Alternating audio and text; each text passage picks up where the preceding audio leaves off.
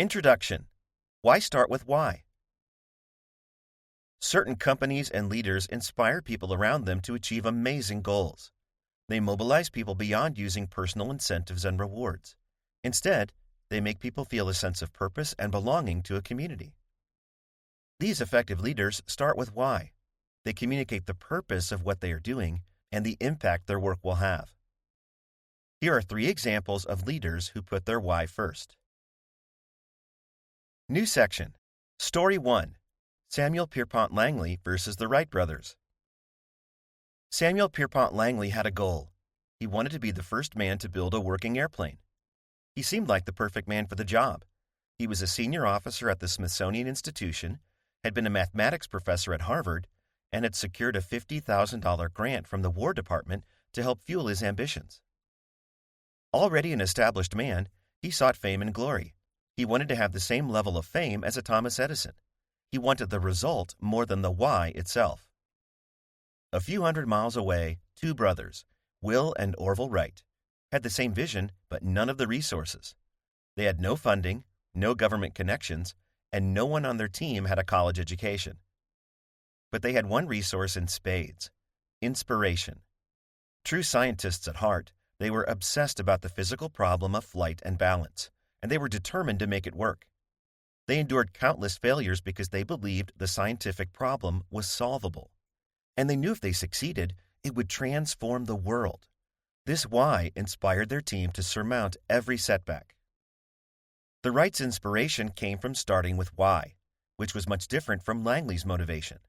That why is what made them the first men to achieve manned flight on December 17, 1903, not Langley. Indeed, once the Wright brothers succeeded, Langley quickly quit his flight dreams.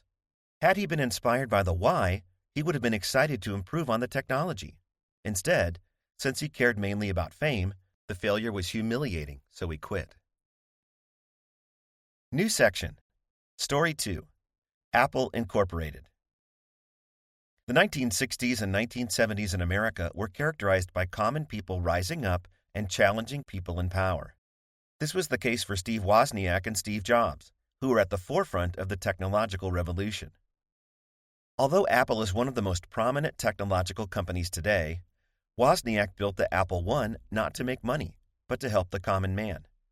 Wozniak believed that allowing average people to buy and own computers would level the playing field and give the little guy a leg up. Jobs' role was to sell the computer Wozniak made. Jobs was more than just a great salesman. He also believed that revolutionary ideas would change the world. That combined vision of accessibility, opportunity, and revolution became Wozniak and Jobs' why, and it led to incredible success. In their first year, Apple made $1 million in revenue. This rose to $10 million in their second year, and by year 6, Apple had become a billion-dollar business with 3,000 employees. Wozniak and Jobs weren't the only people, or even the first people, participating in the computer revolution of the 1970s. But Apple succeeded and continues to succeed because it starts with why. New section. Story 3. Martin Luther King Jr. Most applications in Start With Why focus on business, but the principle applies broadly to any area of life. Like Wozniak and Jobs, Dr. Martin Luther King Jr. wasn't the first or only person participating in the civil rights movement of the 1960s. What made Dr. King stand out was his ability to inspire others. He knew that his voice wouldn't be enough to change race relations in America. It would take thousands of average people to rally around a common cause. His commitment to his ideals and his vision for a unified America is what brought 250,000 people to Washington, D.C. to hear him deliver his I Have a Dream speech on August 28, 1963. They weren't invited and the speech wasn't advertised. Dr. King's vision inspired people to spread the word, build a movement, and change the nation. And it all started with Dr. King's belief in his why. New section. The goal: inspiration, motivation, action. Those who lead aren't necessarily number one in terms of market share, but they're the companies or people who are setting the course for their industries. Apple Computers only makes up 3% of the global home computing market share. However, Apple leads the technology industry because of its impact and vision. Other technology companies are trying to become Apple, not the other way around. Great leaders create a following of loyal people who rally around their why, inspire people to act because they want to, not because they're responding to an outside incentive, belong to all different sectors, and aren't just business tycoons or politicians. Great leaders can come from any walk of life or industry, have exceptional amounts of influence inside and outside of their industries. Studies show that most people are disengaged from their job. They lack a sense of purpose, and this feeling often starts from the top. Instead, if every leader started with why, great results might happen. People would love their jobs. Right now, 80% of Americans say they don't have their dream job. By embracing why, organizations create inspirational environments, which in turn lead to happy workers. People would be more productive. People with their dream jobs love going to work in the morning, which leads to more creativity and productiveness. People would just be happier. When you're more fulfilled at work, you bring that joy home with you too. Companies and economies would grow stronger. They would operate on trust, not fear, which would lead to growth. Exercise. Learn to identify the why. Now that you've had a brief introduction to why a person, movement, or company's why is important, let's think of some other examples. Question number 1. We've seen 3 examples of people and companies that start with why, i.e., a core idea that motivates them and inspires others. Can you think of another example of a person, movement, or company that starts with why? What is their why?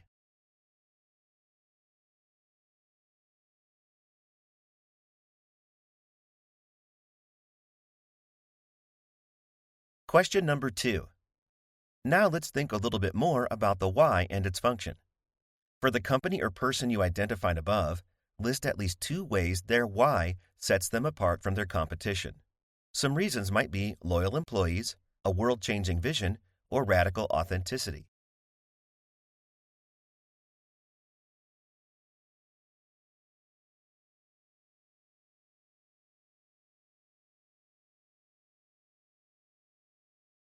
Chapter 1. Trust your intuition. Business runs on a series of decisions. Whether it's deciding what to sell, who to sell it to, or how to staff your organization, leaders have to make tons of decisions every day. Many businesses and people rely on data to guide their decision-making. We obsess over discovering details, thinking this will lead to better decision-making. We read books and journals, go to trade conferences, and ask our friends for more information. But in many situations, more data doesn't help make a better decision.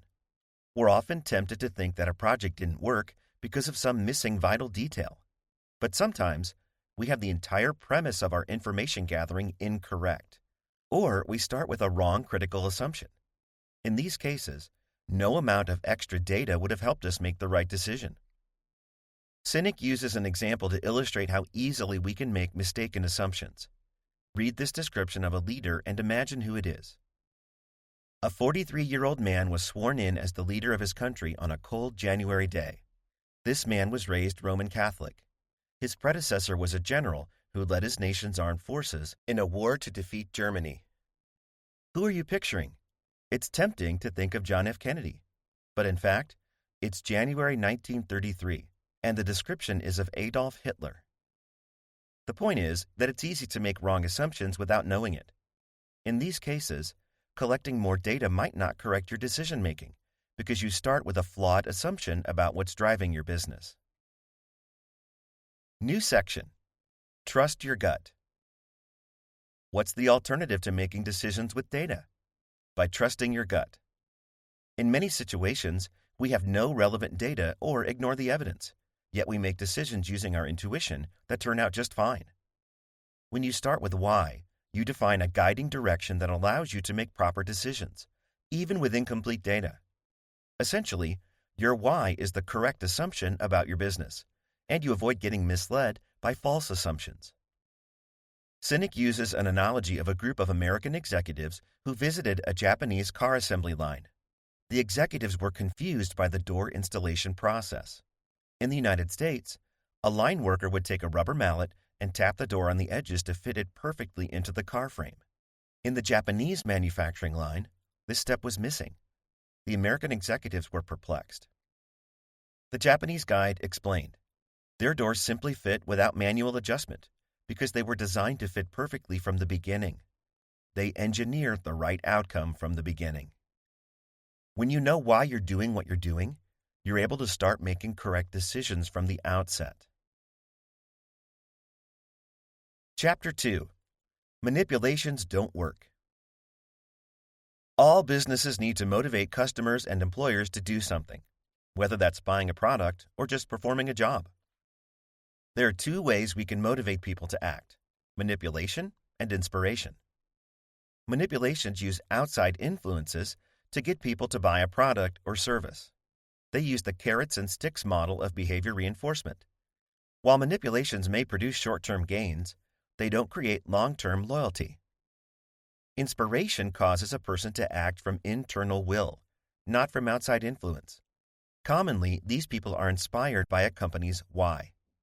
Inspirations encourage loyalty, and loyalty leads to repeat business. New section: 6 common manipulations and why they fail. Here are 6 common manipulation tactics and why they don't work. Number 1. Price. Lower prices induce people to buy, so companies engage in price wars and sell at rock-bottom prices. But price manipulation can be dangerous for a company. When a customer becomes used to paying a low price, it can be nearly impossible to increase the cost of an item. This creates a market of commodities, where companies have to create more products to keep their revenue up. So while lowering prices drives business, it also makes it hard to earn a profit in the long run. Number 2. Promotions. Promotions are short-term programs, often referred to as value-added programs, that offer a temporary incentive to make a purchase immediately. Some common promotions include limited-time sales, cashback offers, coupons, or mail-in rebates. We've all experienced promotions, and they're a common manipulation for the car industry. When Japanese automakers started edging out their domestic counterparts, American car manufacturers like General Motors, GM, started massive incentive programs. But while they brought in customers and created a short-term solution, they also cut into GM's profit. GM had to discontinue some of their promotional programs, which caused their sales to decline. Customers had started to expect promotional pricing, and when it disappeared, they went back to buying from foreign auto companies. To avoid the financial penalty of promotions, companies often design rebates to be difficult to cash in on. Nearly 40% of customers never get the rebate, since they don't follow the steps to get the refund. While this manipulation has a short-term financial advantage, it costs in long-term reputation and repeat business. Number 3. Fear. Fear is the most powerful manipulation because it taps into our survival instinct. It's also a common tactic. Think of anti-drug advertisements or public service announcements that caution you to wear your seatbelt lest you die in an accident. In the business world, fear is often used to convince us that if we don't buy a particular service or product, something bad will happen to us. Short-form example. A good example of this are pharmaceutical advertisements, where people are told that not taking a certain drug will adversely affect their longevity or quality of life. While often nothing bad will really happen to you if you don't buy said product or service, fear makes customers feel like it will, which is an effective manipulation. Number 4. Aspiration. Aspiration taps into people's desire to have more, do more, or be better. They're most effective if the people they target are insecure or worry about achieving their goals. Aspiration sounds a bit like inspiration, but they're different things. For example, aspiration gets people to buy gym passes, but it takes inspiration to get a person to use them. That's why gym memberships rise by 12% in January, but only a fraction of those people ever use them. The biggest issue with aspirations as a manipulation tactic is that they create a desire for short-term satisfaction when only long-term solutions work. Aspirations might get people to act for a little while, but they fail to maintain their momentum. Number 5. Peer pressure. When a company claims that a majority of people or experts are using their product, they're using social pressure, also known as peer pressure, as a manipulation. That's why advertisements often make claims like 4 out of 5 experts agree, or that millions of satisfied customers believe their product is the best. Peer pressure works because it plays into our deep-seated fear that other people might know something we don't. In other words, by invoking the majority, peer pressure makes us worry that our decisions are wrong. That's why celebrity endorsements can be so effective. When a celebrity talks about a product, it makes people think the product is good, or that buying that product will make us more like the celebrity endorser. They give examples like Michael Jordan endorsing Gatorade and Nike, or Tiger Woods endorsing everything from Titleist golf balls to GM cars. Number 6. Novelty. Novelty, defined as being new or unusual, is often marketed as innovation. But novelty and innovation are very different from one another. Novelty is merely introducing something new and will eventually fade into the past. Novelty is more a gimmick than a real improvement. Innovation is change that is valuable and persists in the industry well into the future. It is real reinvention in ways that matter to customers in the long term. Ultimately, novelty tricks consumers into thinking that a product or service is innovative when it's not. We can see the difference between novelty and innovation when we look at 2 innovative phones, the Motorola Razr and the Apple iPhone. The Razr was billed as innovative and the future of mobile phones because it featured innovations like aircraft-grade aluminum and a chemically etched keypad. While they sold a lot of phones initially, within 4 years, Motorola stock was trading at 50% of its former value. What was supposed to be innovation was actually novelty. It didn't last. The iPhone was marketed much like the Razr, as the future of mobile phones. But unlike the Razr, the iPhone really was innovative, and Sinek claims not because of the touchscreen and removing buttons. The iPhone changed how the phone industry worked by telling phone manufacturers what their phone would do, rather than phone manufacturers deciding what features they'd support. This was a lasting change that continues today. Whenever companies introduce multiple minor variants of a product, that's a sign that they're just practicing novelty instead of innovation, like Colgate's 32 types of toothpaste.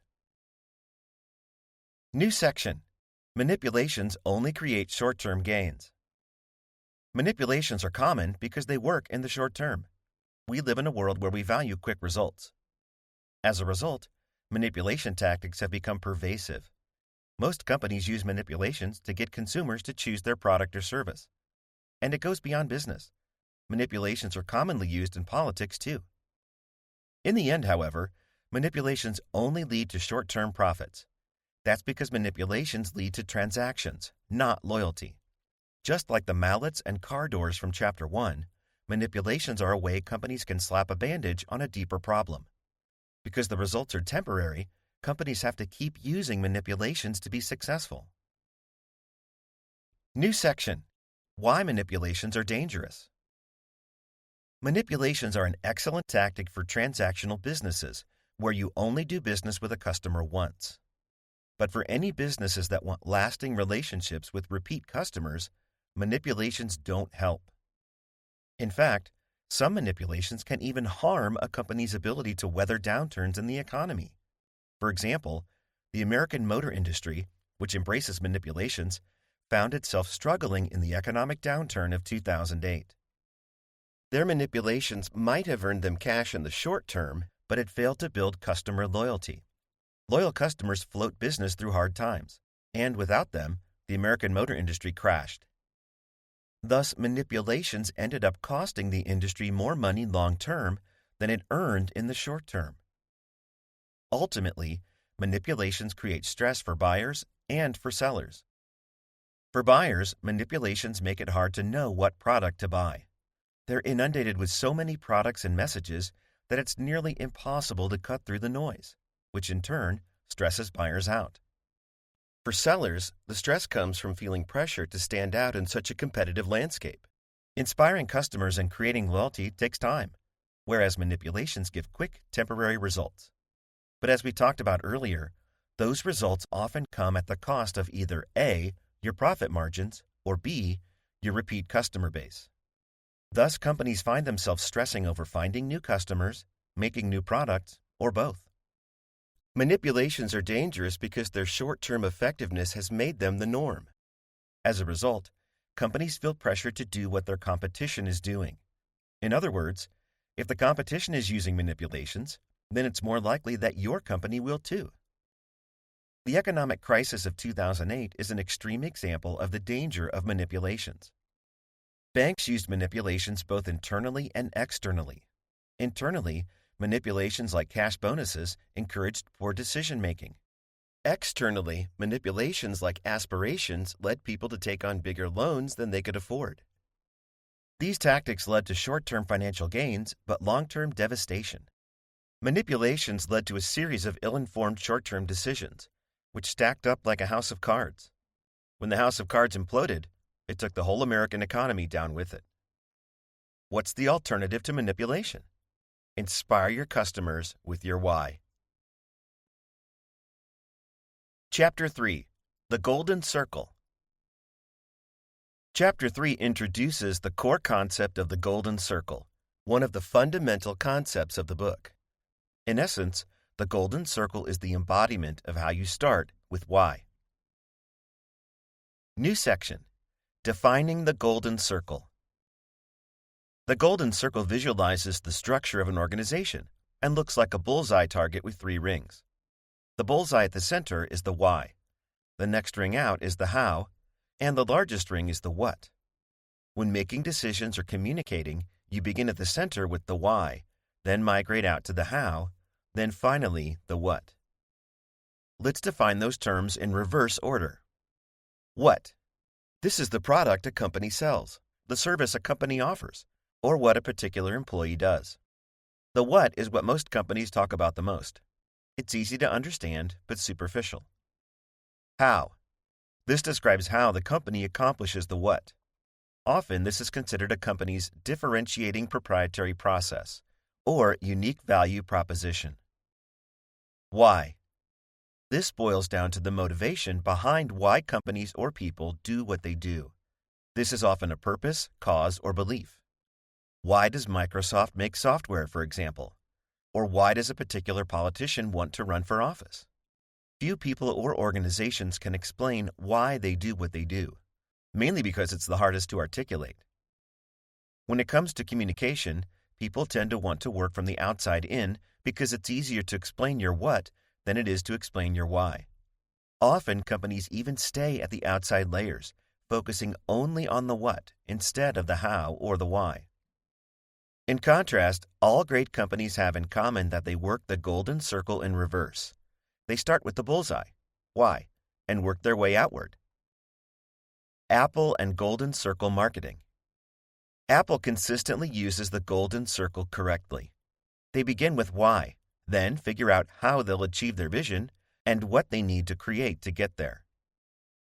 This is clear in Apple's marketing. Think about how strange it would sound if Apple took the typical what to how to why marketing approach. It might sound something like this. We make good computers. Our computers are easy to use, elegant, and well designed. You should buy one. Now, compare that to the start with why approach that Apple actually uses to inspire customers. We think differently. We want to challenge the status quo. The way we do this is by making products that are easy to use, elegant, and well designed. And we just happen to make computers as our products. You should buy one. The difference is that Apple's products are a result of their why. Their MacBooks, iPods, and iPhones are just a physical representation of the company's core beliefs. Therefore, when someone buys an Apple product, they're not just buying the what, they're buying the why too. Put another way, people don't actually want to buy stuff. They want to buy ideas. They want to join movements. Putting your why first ensures that your ideas, not your product, are what make you stand out from the crowd. It's not that Apple's products don't matter. Quality matters, of course.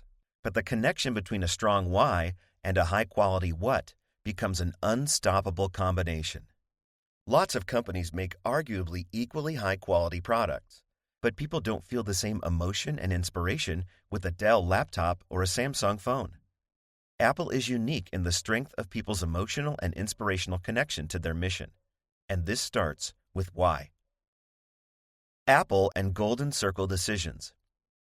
Beyond marketing to consumers, all of Apple's decisions, from product design to its advertising campaigns, put the why first. Here are 3 examples of how Apple has done this over the past 4 decades. 1. The Mac computer. The original Apple computer was designed to put accessible, easy-to-use computers in people's homes. This broke up the monopoly that big businesses had on computing power, and it put opportunity back in the hands of the common man. 2. iTunes. The record industry had an iron grip on how people could listen to music, until Apple came along with the iPod and iTunes. By marketing the iPod as a device that put thousands of songs in your pocket, they focused on the why. Note how they didn't define the iPod as the what of being an 8-gigabyte MP3 player. Further, with iTunes, they challenged the music industry's strong grip on how people consumed music, letting them purchase songs digitally instead of whole physical albums. This fit Apple's why of challenging the status quo and upsetting old power dynamics to empower customers. 3. Apple versus Apple Inc. In 2007, Apple changed its legal name from Apple Computer Inc. to Apple Inc. Apple had become an ideas company, a why company, and wanted its legal name to reflect its philosophy. The results of Apple's why. Making every decision with their why in mind has put Apple ahead of their competitors, both in the tech industry and beyond. Would it feel right to stand 6 hours in line for a new Dell computer? No, because the many other computer manufacturers have focused on the what. When you buy a what product, you don't feel like you personally identify with the company's mission, if it even has one. It's a simple transaction, and one computer is just about as good as another. In contrast, people who buy Apple's why will choose Apple products over competitors because they are inspired. They feel they are part of the mission. Why isn't about being better. Which is better, Mac or PC? Everyone has an opinion, and the debate can get heated. But when you use the golden circle, winning a debate like that one doesn't matter. Depending on the customer, best is subjective. Even though Apple is an industry leader, their products are right only for those people who share Apple's why. Other people may align with different missions and have different needs, and that's okay. It's not about a Mac or a PC being better or worse. It's about making sure the right people who align with your why are using your product. New section. Starting with why creates lasting success. Working the golden circle from the inside out, starting with why, provides a path to long-term success. It provides a mix of innovation and flexibility that allows a company to adapt to changing circumstances. Take railroads, for example. In the late 19th century, railroads were some of the biggest companies in America. Their early innovations changed the landscape of the country. But over time, railroads lost sight of their why and instead began focusing on what they were. Instead of defining a why of moving people affordably, they focused on the what of railroads and trains. So when the airplane was introduced, many of those big railroad companies went out of business. If they'd kept sight of their why, the outcome might have been different. They might have realized technology was changing and switched to a better what to meet their why. This example demonstrates one of the dangers of using the golden circle from the outside in. When you lead with what, you become vulnerable to new technologies and trends. It makes it hard for people to see why your products or services have value in the face of change. This is true for newspapers, publishing, even television. Starting with why does more than help you adapt. It helps you innovate, which is the key to lasting success. 2 other reasons that starting with why lends to long-term success. A why is defensible because it generates loyalty. A competitor could copy your what and put out a similar product, but it can't easily replicate your why and rip away your loyal followers. If you don't have a why, you become a commodity producing a what, and you're forced to compete on what factors like price, features, or quality. It becomes hard to succeed on these fronts in the long term. Exercise. Apply the golden circle to your organization. Apply the golden circle to what you do. Start with why, go to how, then to what. Question number 1. Think about your business, organization, or your personal work. What is your why?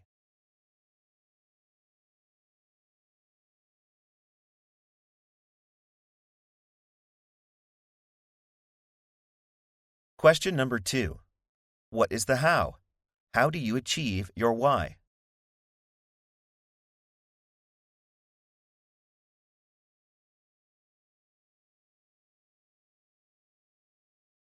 Question number 3.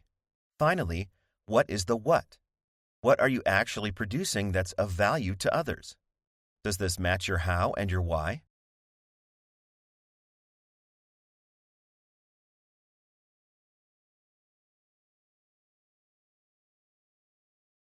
Question number 4. Now, take a step back. Do you feel why is the center of how your organization thinks about work or how you think about your work? What changes could you make to put why first?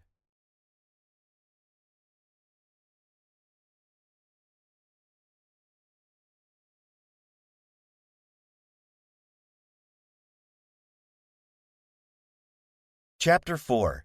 The Golden Circle's Biological Foundation. The reason the Golden Circle works has roots in human biology. Humans want to belong, and the need is so powerful that we will often put incredible effort and money into achieving that feeling. Organizations that start with why clearly define who they are and what they stand for, and as a result, their products or services come to represent those beliefs. When those beliefs align with our own, it creates a sense of belonging and kinship. Buying their products makes us feel like we belong in the same group as other people who buy the same things and believe in the same ideals. For example, Apple's "I'm a Mac" and "I'm a PC" marketing put their beliefs front and center. They made it clear what type of person belongs in the Apple community. They're young, laid back, and question the system. In response, Microsoft launched their "I'm a PC" campaign, which showed people from all walks of life. This makes sense, given that 95% of all computers are powered by Microsoft's software. Like we mentioned in Chapter 3, it's not about Mac or PC being better or worse. Instead, each company's why appeals to different types of people. Because we want to belong, we're attracted to companies that communicate what they believe, and we bond with other people over the products and ideas that we value. New section. Trusting your gut. The reason the Golden Circle works is because the different levels, what, how, and why, correspond with different levels of the brain, specifically the neocortex and the limbic brain. The neocortex is our analytical center that controls rational thought and language. This corresponds to the what and how level of the Golden Circle. The limbic brain controls our feelings, like trust and loyalty, but it doesn't have any capacity for language. It also handles our decision-making processes. This corresponds to the how and why levels of the Golden Circle. Because the limbic brain doesn't use language, it makes it hard for us to put our feelings into words. It's why we have a hard time talking about the decisions we make. When a choice feels right, when we make a decision based on a gut feeling, it's because we're using our limbic brain. Once the decision gets made, our neocortex swoops in to try and verbally articulate the way we feel. For instance, many may describe their romantic relationship with "she completes me" or "it feels right." These statements don't make rational sense, but they feel inexplicably true. How we make decisions. To put it simply, decisions start in our limbic brain, and then we articulate and rationalize them using our neocortex. The why is how you win a customer's heart, and afterward the what and how is how you win their mind. When you start with why, you target the emotional gut part of a person's brain. While making decisions by gut may sound wishy-washy, the limbic brain is actually powerful. Studies suggest our gut instinct leads to better, faster decision-making. That's because when we use our neocortex to make decisions, we often end up overthinking them. We try to rationalize our decisions, which often leads to poorer choices. Let's compare rational and gut decision-making with example scenarios. A rational decision. Imagine you're buying a new television.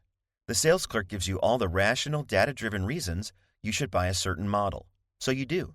But later that day, you run into a friend who has a different television that he loves. Now you're not sure whether you made the right decision at all. That's because you made a choice based only on your neocortex. A gut decision. For brands that have strong whys, people don't need to articulate their reasons for buying a product. The why becomes the reason for the buy. The brand resonates with you emotionally, which makes you confident in your purchase choice. This is the case for people who are passionate Mac users. Their decision to buy a Mac originates in their limbic brain, not their neocortex. So while we can make decisions with our rational brains only, we are often less confident in our choices. That happens when a company sells us on their what. But why connects to a deep emotional part of ourselves. Why leads people to make decisions based on their gut instinct, which in turn helps them feel more confident and satisfied with your choice. Gut decisions are hard to explain. Because gut decisions are hard to articulate, when your customers explain their decisions, they point to factors that might be misleading for you to act on. For example, people explaining why they bought a Mac may point to the screen resolution and the features, but really it was a gut emotional decision based around Apple's mission. This is a red herring for companies. Just because people explain their decisions in terms of features doesn't mean giving more features will sway them. In fact, often asking people what they want is misleading. As Henry Ford said, "If I'd asked people what they wanted, they would have said a faster horse." This is the pitfall that what companies compete on, and they commoditize their products by focusing on easy-to-replicate features. Example: laundry detergent. Laundry detergent companies spent years competing on how clean they can get your clothes. Market research showed that people said they were looking for the detergent for the cleanest clothes. Built on this research, brands competed on how well they actually cleaned clothes, experimenting with proprietary additives. But what people actually wanted was different. Later research showed that people weren't interested in the detergent that literally got their clothes the cleanest. Instead, they wanted a product that made clothes feel the cleanest. The first action after taking laundry out of the dryer wasn't to inspect it for cleanliness. It was to smell it. The feeling is stronger than the fact. This revelation changed the grounds of competition for laundry detergent. When you start with why, you don't have to have the best, cheapest, most wonderful product. The sense of belonging is a powerful driver that can overcome minor differences in quality. Loyal customers stick with companies even when their products are more expensive than their competition, Apple, or take a long time to deliver, Harley-Davidson. New section: leading from the gut. Great leaders and organizations start by winning people's hearts, then appeal to their minds. They begin with why, the emotional, ideological draw, then focus on the what and the how. This can lead to counterintuitive approaches. Visionaries see what most of us don't see and have no idea to ask for. But when we see it, we know we want it. For example, John F. Kennedy assumed the office of United States President during tough times.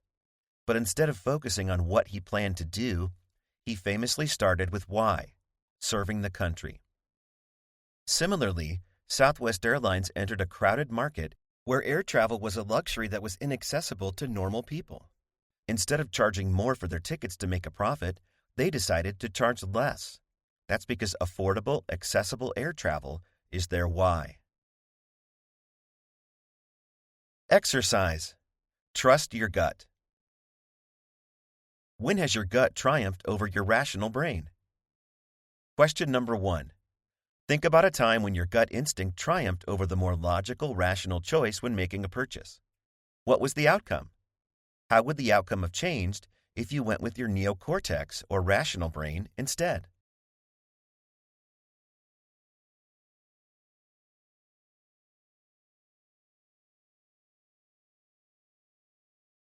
Question number 2. If you tend to overthink things, What is stopping you from listening to your gut? What can you do to gain more confidence in what your intuition tells you?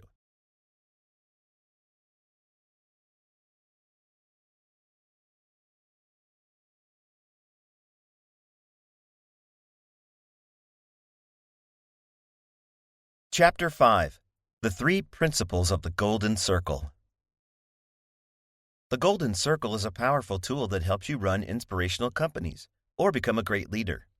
But the Golden Circle only works if all three elements, the why, how, and what, are in balance and used in the right order. Let's start by talking more about three key principles of the Golden Circle. New section. Element number 1: clarity in why. Starting with why means that leaders need to be able to clearly articulate why they do what they do. Without a why, you have to resort to manipulations to get people to engage with your products or services, which only leads to short-term results. Leaders who start with why get people to follow them willingly instead. New section. Element number 2: discipline in how. Discipline kicks in during the how phase. Remember that how applies to the values, principles, and operational structures that help you achieve your why. How you work lets you make decisions that support your why, like hiring the right people, creating purposeful policies, and finding partners that support your vision. But in order to do that, you have to have discipline. You need to hold every team member accountable to the principles and never veer from your direction. Counterintuitively, discovering the why is relatively easy. It's living it day in and day out with discipline that's the hard part. Many companies espouse their values in the form of nouns: honesty, customer service, innovation.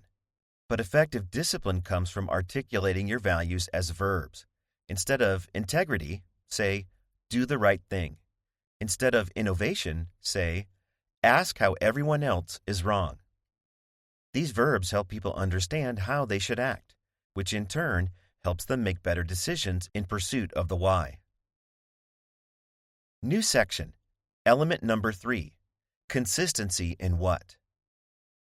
If a why is a belief and a how is the action, the what is the product.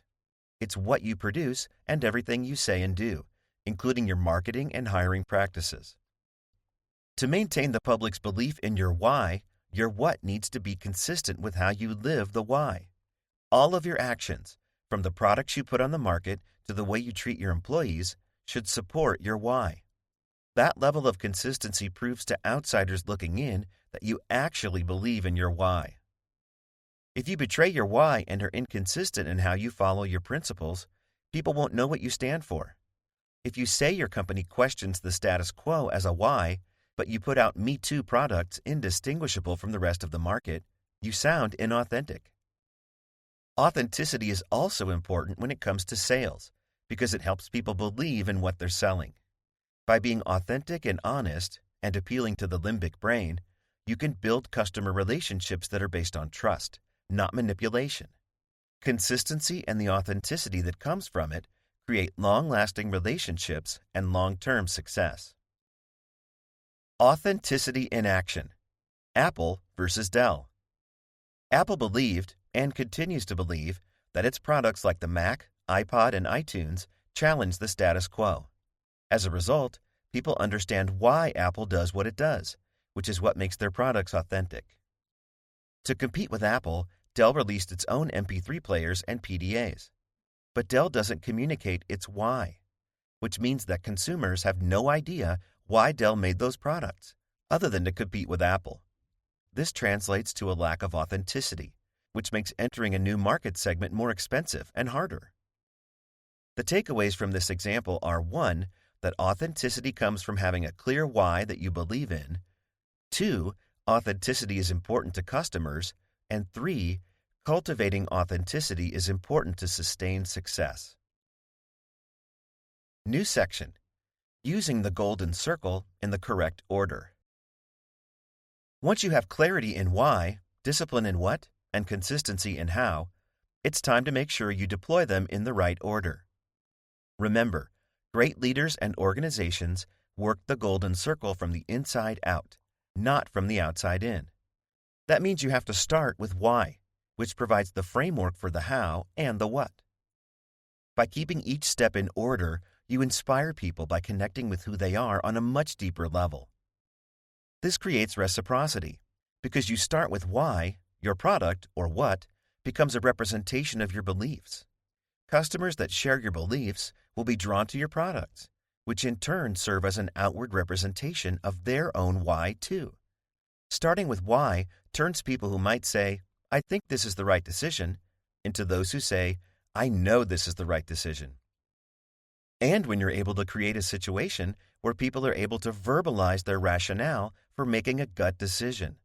This is powerful, and it's also an example of balance in action. The dating analogy.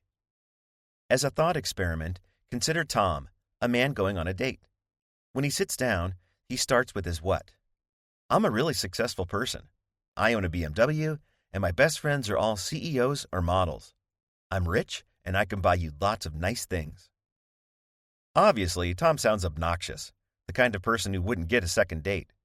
Surprisingly, companies communicate exactly like this.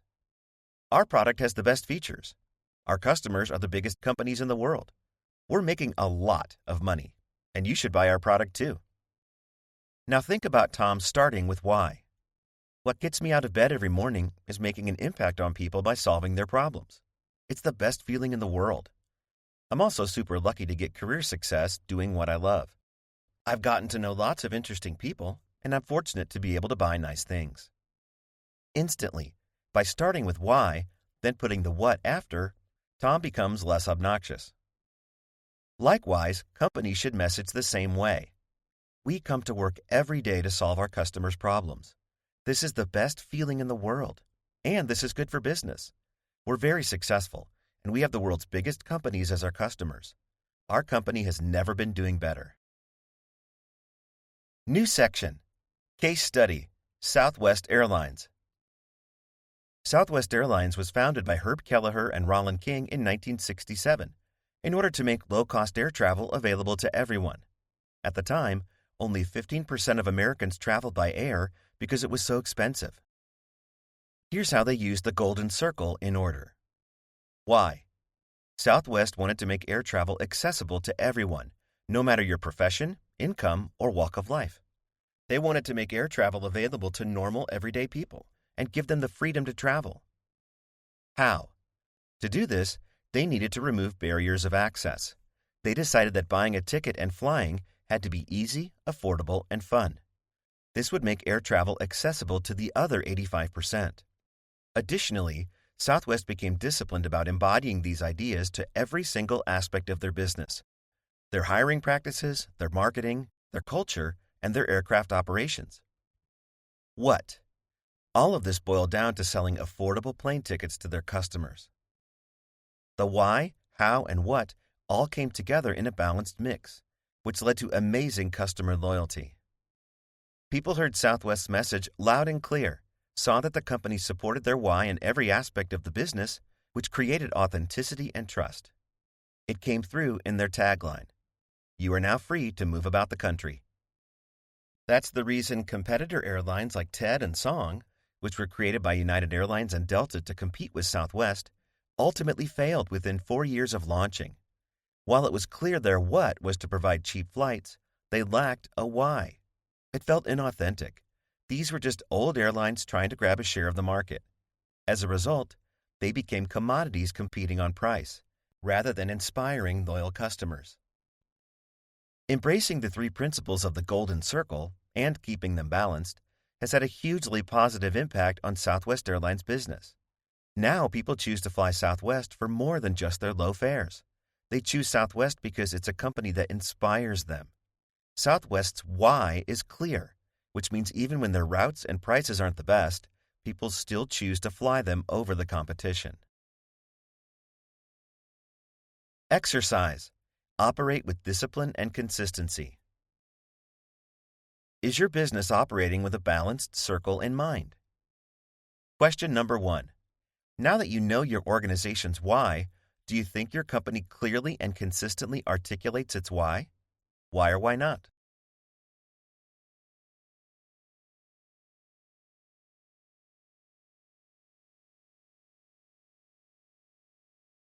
Question number 2. It takes discipline to start with why, which involves articulating your values as verbs or actions. List 2 of your organization's values below, then rephrase them as actions. For example, if one of your company's values is honesty, you can rephrase it as do the right thing.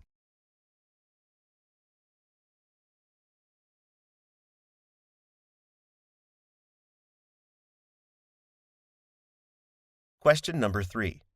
When has your organization contradicted its own why? What caused the departure from what the organization stands for?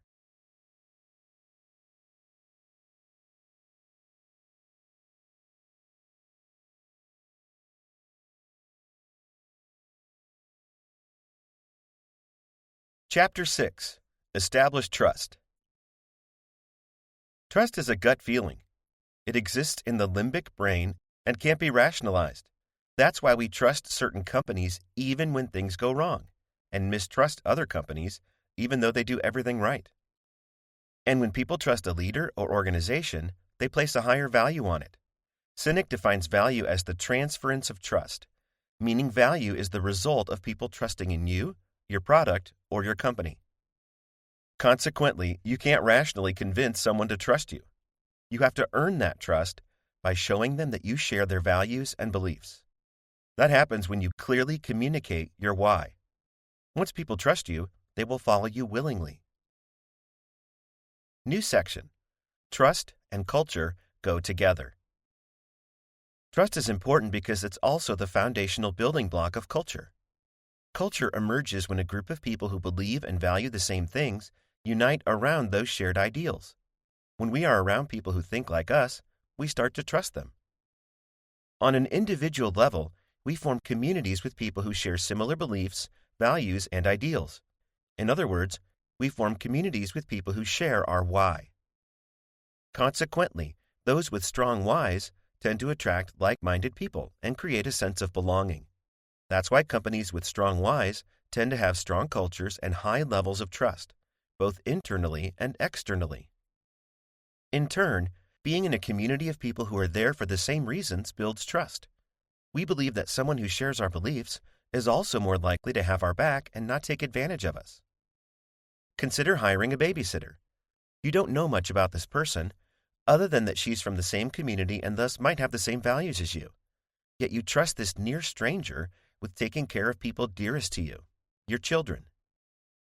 In turn, having trust allows people to take risks. If you didn't trust your babysitter, you wouldn't take the risk of leaving your house to have a night out. Similarly, in the workplace, if you didn't trust your leadership or team to take care of you if you took a risk and failed, you wouldn't take that risk. Without trust, people will worry about protecting themselves, which is the cause of office politics. Trust and the limbic brain. The feeling of trust is located in the limbic brain, our emotional center. That's why personal recommendations from people we trust hold so much power. It taps into our limbic brain. When we trust the person, we're more likely to follow their recommendations, even if they seem illogical. Trust beats out rationality. The trick to inspirational marketing, then, is to activate networks of trusted people to talk about you and your company. More on trust and marketing in later chapters. New section. Trusting your leadership. When a group of people with similar beliefs have a cause, challenge, or goal to chase, it creates a strong sense of teamwork. This gives employees something to work toward, which is how great ideas happen. This is very different from average companies, who just give people things to work on. In these situations, people do their jobs and nothing more. It's the job of a great leader to create an environment where inspired work can happen. Great leaders create strong company cultures where everyone works toward the same goal. They inspire employees to believe and pursue why instead of what. There's a parable of a man who comes across 3 bricklayers working. He asks the first bricklayer what he's doing. The first bricklayer grumbles, "I'm laying bricks." He asks the second the same question and gets the reply, "I'm making money." Lastly, he asks the third bricklayer, who replies in awe, "I'm building a cathedral." All 3 men were doing the same work. The first 2 men had a job. The third had a calling. By starting with why, you give your employees a cathedral. An inspired team shows many benefits, including creating space for innovation. When employees understand the company's why, they feel a personal challenge to explore new ways to bring that why to life. Steve Jobs didn't personally build the Mac or the iPod, but he gave his talented team the context around which to innovate and explore the options for bringing the why to life. Ignoring competition. When a company is only concerned with the competition, they get into a commodities race. They make small tweaks to features, like the Motorola Razr we mentioned in Chapter 2, in response to other companies, instead of innovating. When a team focuses on their unique why, they can put on blinders and build things that align with their mission, regardless of what others are doing. Persisting through failure and hard work. When employees have a clear sense of why, they're more likely to embrace and move through failure. Failure becomes a step on the way to the goal, rather than a catastrophic setback. Inspiration revolutionizes employees' perspective on their jobs. Employees start to see even their least favorite tasks as necessary to achieving their why. Trust in the team. Inspired people realize that everyone, from the CEO down to the most entry-level worker, needs each other to reach their common goal. Employees are less focused on self-gain, but instead do what's best for the mission and the organization as a whole. Trust in leadership. Inspired employees feel protected in their companies and by their leaders, because they feel leadership makes decisions in service of a greater purpose, rather than their own self-gain. That gives employees the confidence to take risks, explore, be creative, and push the company forward. New section: Building your tribe on inspiration. Building an organization that's based on trust starts with the hiring process. When you have a strong why, you can find employees who are also passionate about your mission. The trick to building a tribe based on inspiration is to look beyond a resume. Don't just hire skilled people that you then have to motivate. Instead, hire motivated people who believe in your why and inspire them. Hiring the right people often has a flywheel effect. The more people you bring on who fit your culture, the easier it is to recruit people who also fit the culture, and so on. Here are 2 real-world examples that show the effects of hiring employees who believe in your why. The Shackleton Expedition. In the 20th century, Ernest Shackleton set out to cross the Antarctic. He put out an ad for this unprecedented journey. Men wanted for hazardous journey: small wages, bitter cold, long months of complete darkness, constant danger, safe return doubtful, honor and recognition in case of success. This attracted only people who loved the why and could endure the pain. Shackleton didn't ask for his what. Men needed for adventure. 5 years experience required. Must know how to maintain ship and pitch tents. He and his team of 27 men ended up stranded in the Antarctic for 10 months when their ship, the Endurance, sank. Remarkably, no one died, because Shackleton hired inspired people. Southwest flight attendants. In the 1970s, Southwest changed their flight attendant uniform to hot pants and go-go boots, and the only people who applied for the job were cheerleaders and majorettes. That ended up being a perfect alignment to Southwest's why, since they were also cheery and uplifting. It was a perfect fit with Southwest's commitment to fun. As a result, Southwest started actively recruiting majorettes and cheerleaders to be flight attendants. New section: Case study. Trust and Continental Airlines. Continental Airlines was largely considered one of the worst airlines in the United States in the 1980s. Without a clear why, the company made decisions that were expedient, not correct. That led to employee exploitation, which destroyed employees' trust in their company and leadership. In turn, employees mistreated the customers. Continental Airlines' company culture was miserable, and the airline was in a downward spiral. When Gordon Bethune became CEO in 1994, the company had just lost $600 million and ranked last in every measurable metric. Bethune could see that the company had no culture and no common vision. So he decided to fix Continental by creating trust between the company and its employees. Some of the ways he did this were: creating an open-door policy for every Continental employee and giving them access to the company's headquarters, which they previously did not have. Only hiring team players and letting go employees who weren't interested in his vision. Giving every single employee a bonus each month that Continental had one of the top 5 highest on-time percentages. Creating a family, we're in this together atmosphere for employees, which trickled down to customers. The year after Bethune took the reins, Continental posted a $250 million profit. And under Bethune's leadership, Continental would go from being one of the worst airlines in the United States to one of the best. And it all happened because Bethune focused on earning trust. That trust created a company culture where employees felt protected and inspired, which led to incredible success. Chapter 7. Create your own tipping point. So after you define your why and golden circle, how do you get your new product or mission to reach more people? In sum, by 1, understanding that different people will adopt your product at different stages of maturity, 2, finding your early adopters and gaining a critical mass of them. This chapter explains both concepts and how they apply to starting with why. New section. Defining the tipping point and the law of diffusion of innovations. To understand the key points in this chapter, we have to define 2 key terms, the tipping point and the law of diffusion of innovations. Tipping point. The term tipping point was coined in Malcolm Gladwell's book, The Tipping Point.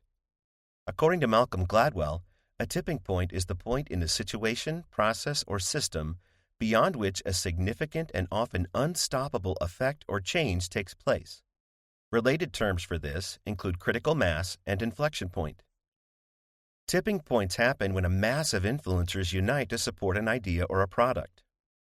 While tipping points might seem like they happen somewhat spontaneously or by luck, they can actually be consciously designed by leveraging the law of diffusion of innovations. The law of diffusion of innovations. This term was coined by Everett M. Rogers in his 1962 book, Diffusion of Innovations. The law of diffusion explains how innovations, whether they are products, services, or ideas, spread through a population. He identifies 5 key populations of people who over time spread an innovation throughout a social system. We'll dive into these 5 populations in the next section. New section. The 5 populations in the law of diffusion. The law of diffusion identifies 5 key groups of people who help spread innovations through society. They are: Group 1, the innovators. Innovators make up 2.5% of the population. These are the people who want to be first, so they chase new ideas and products. They're most interested in advancing society and changing the world in some way. Innovators are the rarest type of people. Bill Gates, Steve Jobs, and Elon Musk are all innovators. Group 2, early adopters. Early adopters make up 13.5% of the population. These people aren't coming up with new ideas, but they see the value in them, trust their guts, and jump on board right away. These are the people who stand in line for the new iPhone or have 5 tablets laying around the house because they upgrade models the day they release. Group 3, early majority. The early majority is a large portion of the population at 34%. They're still fairly comfortable with new technologies, but they're more practical than early adopters.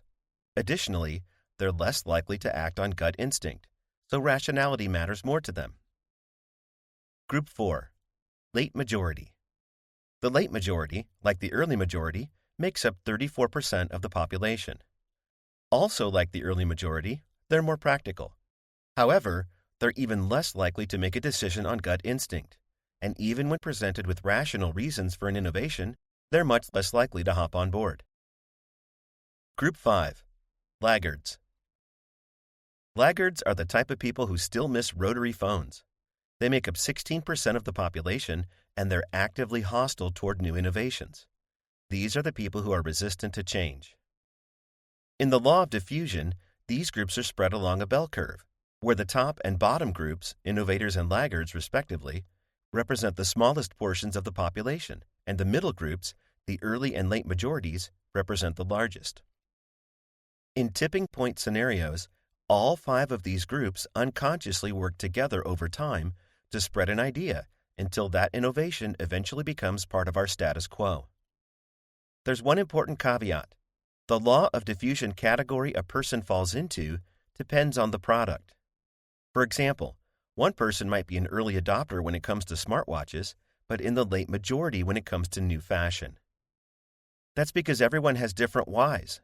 Not every product is designed for you, so it makes sense that you would move up and down the law of diffusion spectrum depending on the product or service in question. New section: The Law of Diffusion and Mass Market Success.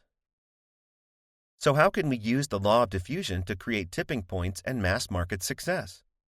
The key is making sure you're marketing to the right population. Making sure you get innovators and early adopters on your side first is the trick to mass market success. While these constitute just a small fraction of the overall population, they're likely going to be your most loyal customers, and they'll help your product spread to the masses. How does this work? The early adopters of your product or service will jump on board early because they align with your why. They join you well before you penetrate the general audience and before you have a broad reputation. They're also willing to endure less than perfect products. If your product is good, your early adopters will become advocates for your company. They become fervent believers, spreading the message about your product to others. Early and late majority people won't jump on board by their own volition. They need social proof and need to be reassured before they buy. This is where your passionate early adopters will come in. They give trusted recommendations to the majority. Once you have enough early adopters and get to a tipping point, it'll start a feedback loop that spreads to the majority. This raises the question: how do you attract the early adopters? By focusing on why. You win over people who align with your mission and are willing to tolerate significant cost or inconvenience to join your mission. Don't start by marketing to the masses. In contrast with this logic, most companies focus on marketing new products to the middle of the bell, the early and late majority. This seems intuitive. This is where the majority of the population falls, so it seems like the most successful place to start marketing. But this tends not to work. The majority rarely try a product unless someone else has tried it before them.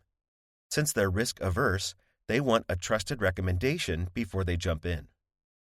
The further you move to the right of the bell curve, toward the late majority and the laggards, the more likely you are to find people who need what you're offering but don't share your why. As a result, they tend to be difficult to work with.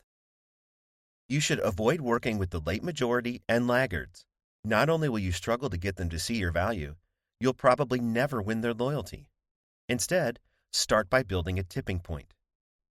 Keep in mind that while most businesses want mass market success, only 2,000 businesses in the United States ever reach $1 billion in annual revenue. 99.9% of all American businesses have fewer than 500 employees. But if you want a shot at succeeding in the mass market, you have to use the law of diffusion correctly. You have to focus on reaching the innovators and early adopters if you want to penetrate the market. New section: Case Study, TiVo. The term TiVo has come to mean the same thing as recording on a DVR. And yet, despite being well-funded with a great product, TiVo didn't achieve mass market success because they didn't start with why. As a result, they haven't effectively used the law of diffusion. Instead of telling people the why behind their company, which is to give people power over how they watch television, they spend all of their time talking about what a DVR is and what it could do. Furthermore, they targeted the majority with their marketing, rather than the early adopters. As such a new device, TiVo was difficult to understand the value of until you installed it in your house. But most people never got to that point. Instead of focusing on what, TiVo should have articulated its why. Like, we want to empower people who like having control over every aspect of their lives, including when and how they watch TV. This would have attracted the early adopters, who would align with the why, try out the device, and understand the value. Then, the early adopters would have created a tipping point and spread the product to the masses. Exercise. Start a tipping point. Reach the right people to create a tipping point for your new product or service. Question number 1. In the work that you do, who are the early adopters? Why does your why resonate with these people? What would make them become loyal supporters of your mission?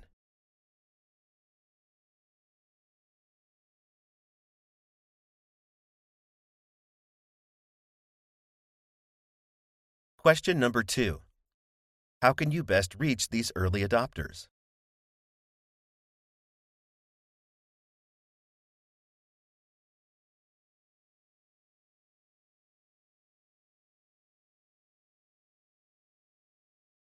Chapter 8. The Golden Circle Megaphone. Clarifying your why is well and good, but concretely, how do you achieve your why? It comes through building your how and your what. Without a strong how, inspirational why leaders have big ideas but struggle to execute them. An organization needs to be built to support and execute the why. New section. The Golden Circle Megaphone. By now, you know what the golden circle looks like. It's a bullseye with why in the center, how in the second ring, and what in the last ring. But the golden circle does more than help you create your message. It amplifies it too. That's because the golden circle is actually a cone, just like a megaphone. Pretend you're looking at the golden circle from above. The cone represents the 3 levels of a company or organization. 1. Why at the top. At the top, or point of the cone, is the why. This is the smallest layer of the organization, which contains the top-level leaders, like the CEO or COO. These leaders provide the vision of the organization by articulating and living out its why. 2. How in the middle. The next level of the cone is the larger how section. The how is comprised of senior executives whose job it is to translate the why for other employees. They create systems, rules, and policies that support the company's why. Without great people in the how level, a company with a strong why can still fail. 3. What at the bottom. The what level is where the bulk of the company's employees exist. They're doing the practical daily work to bring the company's products and services to life. But more importantly, these are the people who interact with customers.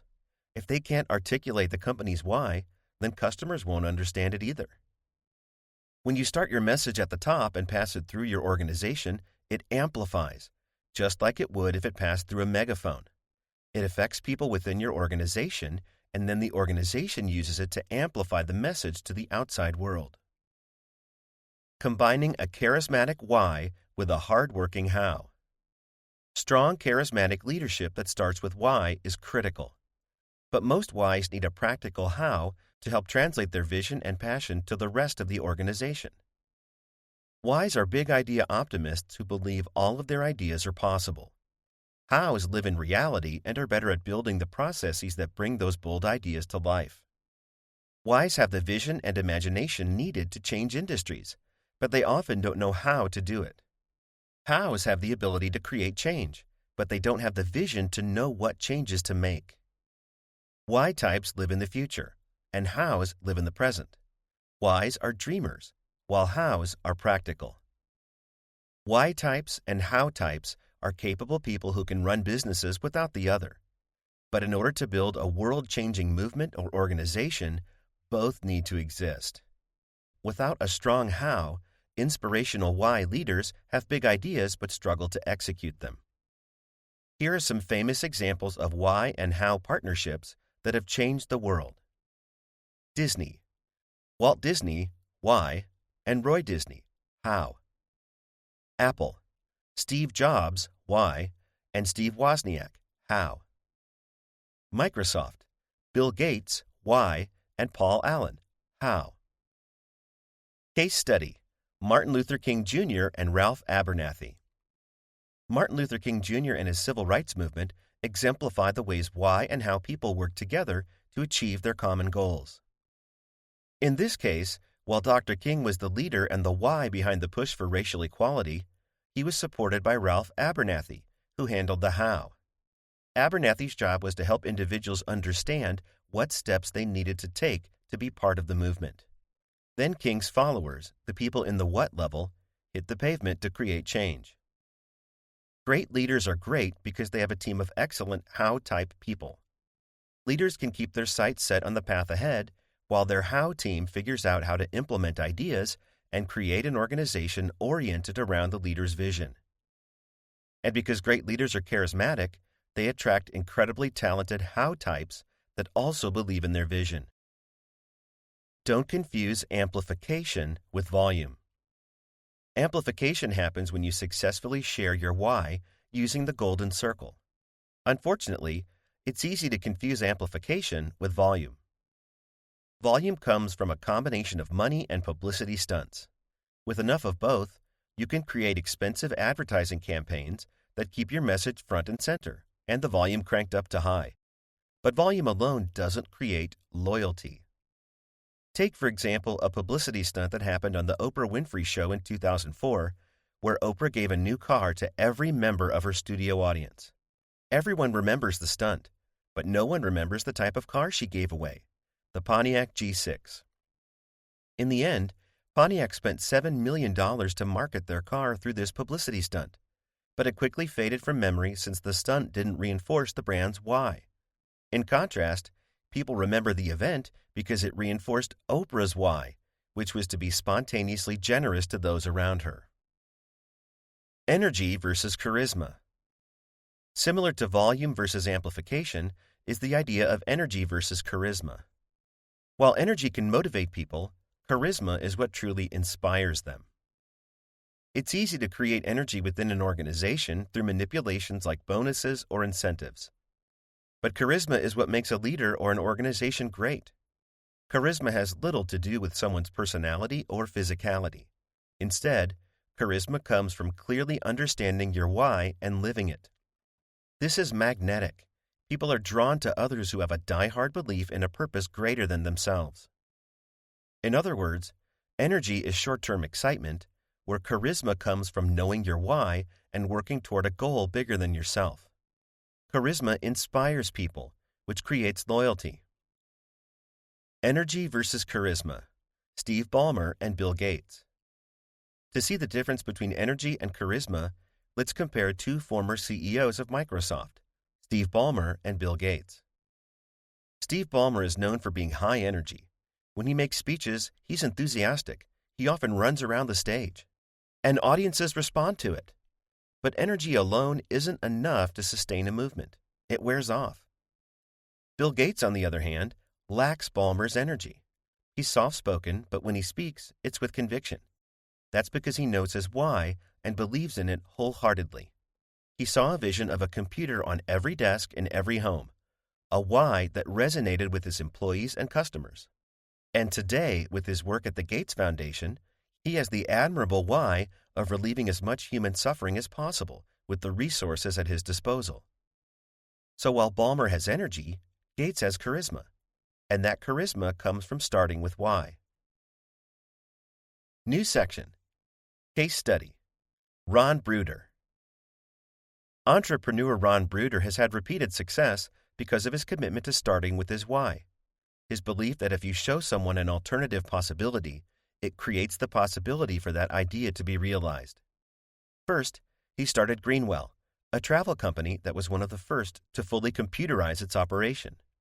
He grew Greenwell into a multi-million-dollar business. Next, he founded Brookhill, a real estate development company focused on building on brownfields, which are former oil and gas production sites that have long been considered too polluted to develop. While everyone thought brownfields were a lost cause, Bruder's why meant that he wasn't willing to accept that answer. Instead, he partnered with engineering firms to figure out how to clean the land through new, innovative techniques. His latest endeavor is the Education for Employment Foundation. After the terrorist attacks of September 11, 2001, Bruder realized that terrorism wasn't really a result of hatred. It was the consequence of a lack of opportunity for young men and women in the Middle East, Gaza, and the West Bank. So while the country was using violence to end terrorism, Bruder saw a different path: education. The EFE Foundation's goal is to teach these young people the hard and soft skills they need to access opportunities in their countries and abroad. By sitting at the top of the golden circle and using it as a megaphone, Bruder is able to amplify his why while trusting those who align with his beliefs to keep the movement going.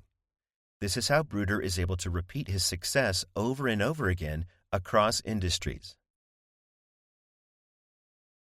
Chapter 9. Communicating with the Marketplace.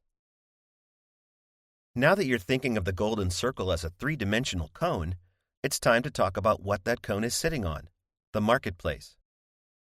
The marketplace is made up of all the customers, shareholders, competition, supplies, money, and all the other factors that make an economy work. The marketplace is characterized by chaos and disorganization. While your organization has structure and purpose, the world outside it doesn't. Getting your message out and into that chaotic space is tough, especially since the only contact your organization has with the marketplace is at the bottom of the cone at the what level. If your what doesn't embody and communicate your why, the marketplace won't hear it. For small businesses, this isn't a huge problem. That's because the company's CEO, the head of why, is intimately involved in the company's what too. But as a company grows and there are more how and what level employees, the why leaders become farther removed from the marketplace. The why leaders have less capacity to communicate directly with customers and become more involved with managing the how. Put another way, as a company grows, the why leadership becomes the limbic brain of the company, unable to use language to express its why to the marketplace. That purpose is left to the what level, which creates the products, the marketing campaigns, and the customer support functions. The key then is to communicate your why clearly throughout every level of the organization. In doing so, you'll be able to articulate your why to the marketplace too. Chapter 10. Good communication is about listening. This chapter explains how an organization, especially a large one, can communicate its why to the marketplace effectively. This centers around two big ideas, the power of symbols and the celery test. New section, the power of symbols. A symbol is defined as an object imbued with additional meaning. It's an object that represents an idea bigger than the thing itself. Here are two examples of powerful symbols. The United States flag. Literally, the flag is just a few pieces of cloth stitched together. But as a nation, Americans assign powerful symbolic meaning to it. It represents the beliefs of the country, freedom, equality, and opportunity. It's such an important symbol that people will follow it into war. Ronald Reagan's hero. In 1982, Lenny Skutnik was invited to sit in the House chamber during the State of the Union address. A few weeks earlier, Skutnik had jumped into the Potomac to save passengers after an Air Florida airplane crashed. President Reagan understood the power of symbolism, and Skutnik's presence was a powerful representation of American bravery and values. All societies use symbols to reinforce their core beliefs, and the stronger the core belief, the more powerful the symbol. Logos, the symbols of business. Logos are a visual object that identify a company, but they can also be symbols of what a company stands for. Unfortunately, most companies don't use their logos this way. Instead, companies act like dictators, telling customers who they are, what they do, and why we should be loyal to them. And like dictators, these companies manipulate people into following them. In these cases, company logos are just a way to communicate the business's name, not to share their meaning. In order to work as a symbol, a logo, and the company behind it, must be inspirational. The logo has to tell people something about the company beyond what they sell. It has to symbolize the company's beliefs. Take the Harley-Davidson logo, for instance. The logo isn't just a motorcycle brand anymore. It represents more than that. It symbolizes an outlaw mentality. The logo is so meaningful that merchandising makes up 12% of the company's revenue. The major takeaway for businesses is this. Symbols are another way to amplify your message using the golden circle megaphone, because they can quickly and easily communicate your why. New section, the celery test. Trying to communicate your why effectively and make decisions in accordance with why can feel overwhelming. That's why Sinek developed the celery test. a heuristic to determine what communications best practices really are the best practices for your business. Here's how the celery test works. Imagine you're starting a new health food store. Your why is to sell foods that are healthy and improve people's well-being. You go to a dinner party where people give you advice about your new health food store. One person approaches you and tells you that you need more M&Ms. Another person suggests adding celery instead. And a third person tells you to buy Oreos. All of these people are successful and give good advice, so it's tempting to go right out to the supermarket and buy exactly what they recommended. But that will result in purchasing an armful of mismatched products which might not add value to your organization. The better tactic is to go into the grocery store knowing your why. If the why of your health food store is to make sure people have access to healthy food, then the answer is obvious. You don't need M&Ms or Oreos, but you buy the celery. In essence, the celery test acts as a filter to whittle down all the possible options into only the few that support your why. Case in point, celery being the right answer was probably obvious to you when you first read the scenario. That's the magic of a clear, concise heuristic. It makes decision-making easy because you know what decisions align with your why and which ones don't. The celery test works for both short-term and long-term decisions. Short-term decisions. Sometimes you have to make decisions that don't align with your mission. It's the equivalent of eating a piece of chocolate cake when you're on a diet. You know that it's not in line with your why, so you understand it's just a temporary fix. The celery test, then, can help you keep these types of short-term decisions to a minimum and help you adhere to the path to a better, long-term solution. Long-term decisions. Sometimes the long-term decisions you need to make seem scary or require a lot of investment, like opening new locations or creating a new product. But if these tough decisions pass the celery test, it gives you the confidence to dive in. Other advantages of the celery method include spending less time at the metaphorical supermarket. You know what you need. Getting value out of your investments. They're right for your company. Showing your why through your actions, making decisions that align with your beliefs. Obviously, not every company or organization is looking for healthy foods, but every organization should have a why. That's what makes the celery test, which puts your why front and center, a great filter for your decision-making process. Because of its simplicity, the celery test scales well to fit your entire organization. For people who create the how and people who execute the what, knowing a clear, simple why makes decision-making easy for them on a day-to-day basis. Examples of celery tests. Here are two examples of companies that have passed and failed the celery test. Disney. Disney's strong why is to produce family-friendly entertainment. This why is apparent to all its audience members and has been demonstrated over decades of discipline and consistency. Because of that, parents rarely worry about taking their kids to Disney movies or buying Disney products. Disney passes the celery test of whether its products are family-friendly. Volkswagen. Volkswagen is a company known for its friendliness to people, mass appeal, and hippie ideals. Picture the VW van common in the 1970s. In 2004, they introduced the Phaeton, a $70,000 luxury car. The problem? Volkswagen's why was making great cars for everyday people. The product didn't align with their why, so it didn't succeed. Had they used the celery test, they could have ruled out the Phaeton as incompatible with their mission. In contrast, Toyota created an entirely new brand, Lexus, to create luxury cars.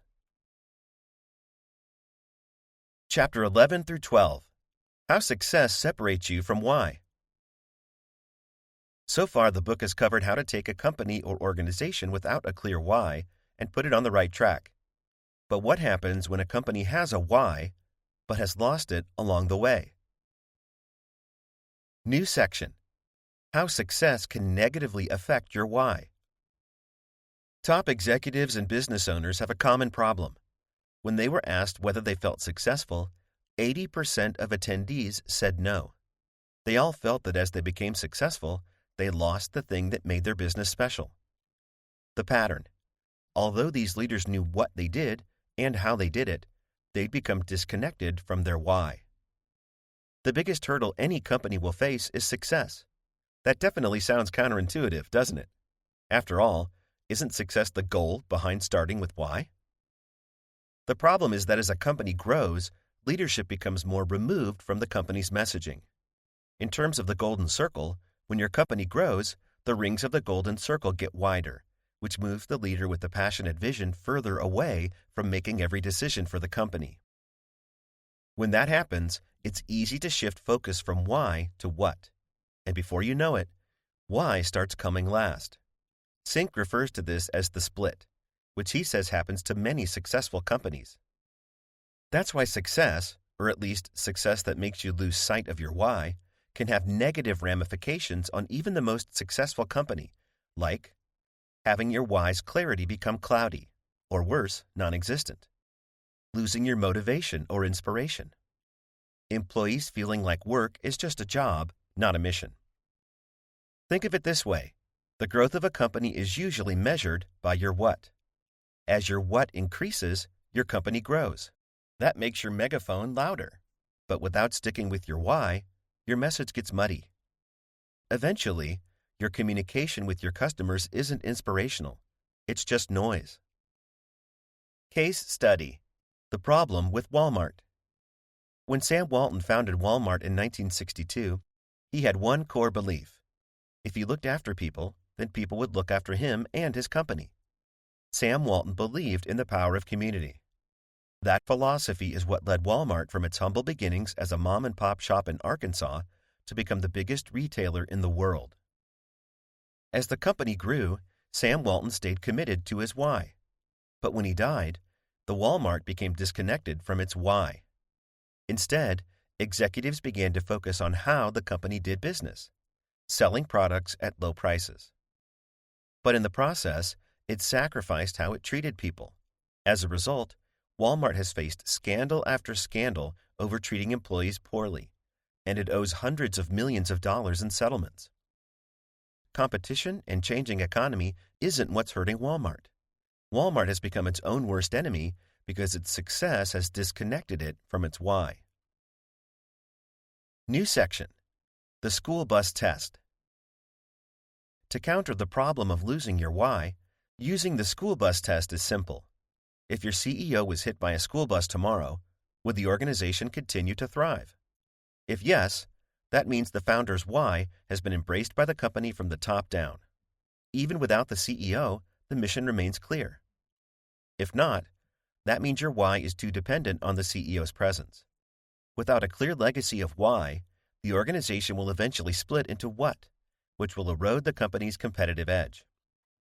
Strong, inspirational leaders like Steve Jobs, Bill Gates, and Sam Walton do more than just share their company's values.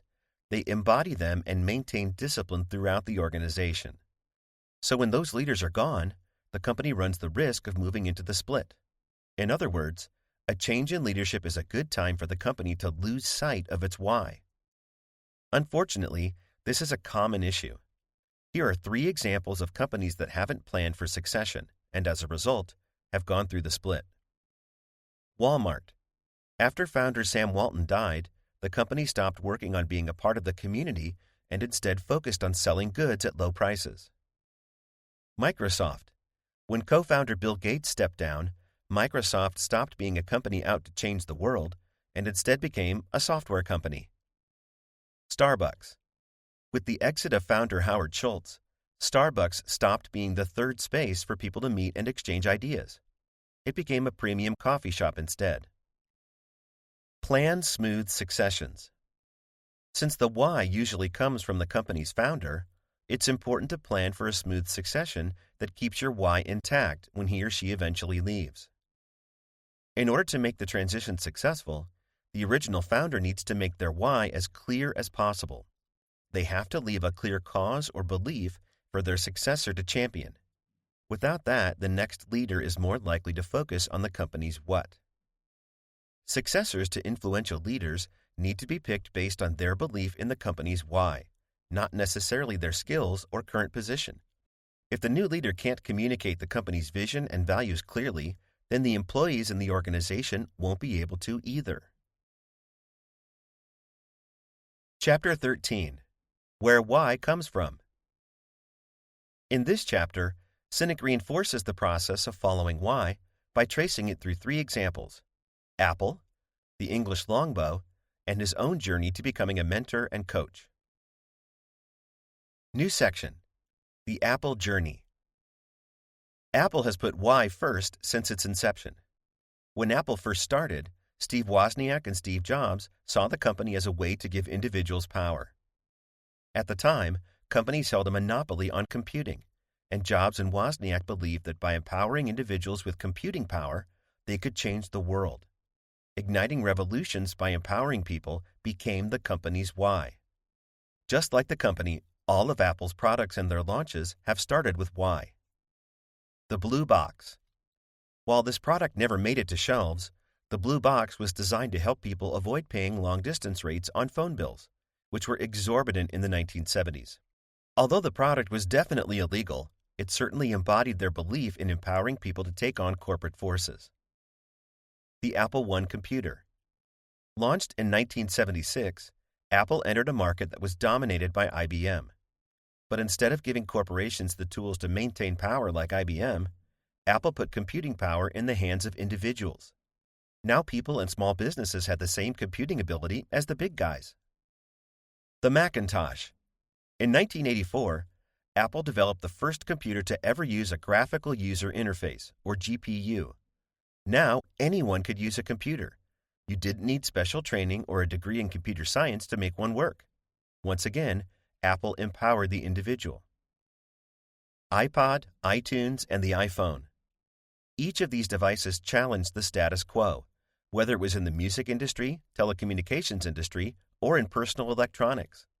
Apple pushed the envelope, and in doing so, gave individual consumers more freedom to use their products their way, not how companies told them to. Apple's constant commitment to their why has created incredibly loyal employees and customers who are drawn to their beliefs. Note, not everyone is. Even though Apple is a leader in the industry, they only hold about 2.5% of the personal computer market share. But starting with why isn't about converting everyone. And yet, Apple is still one of the most valuable tech companies in the world. And it all comes from pursuing the company's values and vision in everything they do. New section: The English longbow. Here's a different example that shows how starting with why, A, has always worked, and B, is effective outside of business too. In 1415, King Henry V of England was marching into the Battle of Agincourt, one of the deciding battles of the 100 Years' War between England and France. Henry had already lost 40% of his troops, and he was about to square off against a much bigger, much healthier French army. And yet the English won because they had one piece of technology the French didn't: the longbow. Archers could stand out of range of French artillery and still deliver devastating volleys of arrows onto the battlefield. The longbow created a tipping point. But the arrows and bows themselves weren't the tipping point. It was the arrow's momentum. And yet again, the momentum doesn't come originally from the arrow flying forward. The momentum develops when the arrow is pulled backward and cocked into place. The same thing applies to a company or organization too. While it's tempting to look forward and planning out how to get there, the power of why comes from looking inside your organization and figuring out your beliefs first. And that starts with you. New section: Sinek's journey to why. Finally, Sinek shares his own experience and how he got to why in his personal life and his career. He explains that in 2005, he found himself struggling. He'd founded his business in 2002, even though he knew that 90% of new businesses fail in the first 3 years. But he wasn't deterred. Over the next 3 years, his company stayed afloat and even succeeded. Sinek thought they beat the odds. But the 4th year was a different story. The novelty of running a business had worn off. He'd lost his passion and his why, which left him demoralized and depressed. Imposter syndrome set in, and Sinek became convinced he was a failure. It took meeting Victoria Duffy Hopper, who explained the limbic brain and neocortex to him, to change his perspective. Suddenly, Sinek realized why people do what they do, which is the secret behind effective marketing. In that moment, he rediscovered his why. From there, he made sure that his why motivated all of his business decisions. Sinek went from worrying that he was failing to speaking about the golden circle and why all over the world. But more importantly, he explains that the only thing he changed was his mentality. By starting with why, he not only recaptured his own passion, he found himself in a position to inspire others too. Why has been Sinek's path to success, and now he's sharing it with you. Chapter 14. Rethinking Competition. The common sentiment when it comes to building a business is that you have to make sure you're beating the competition.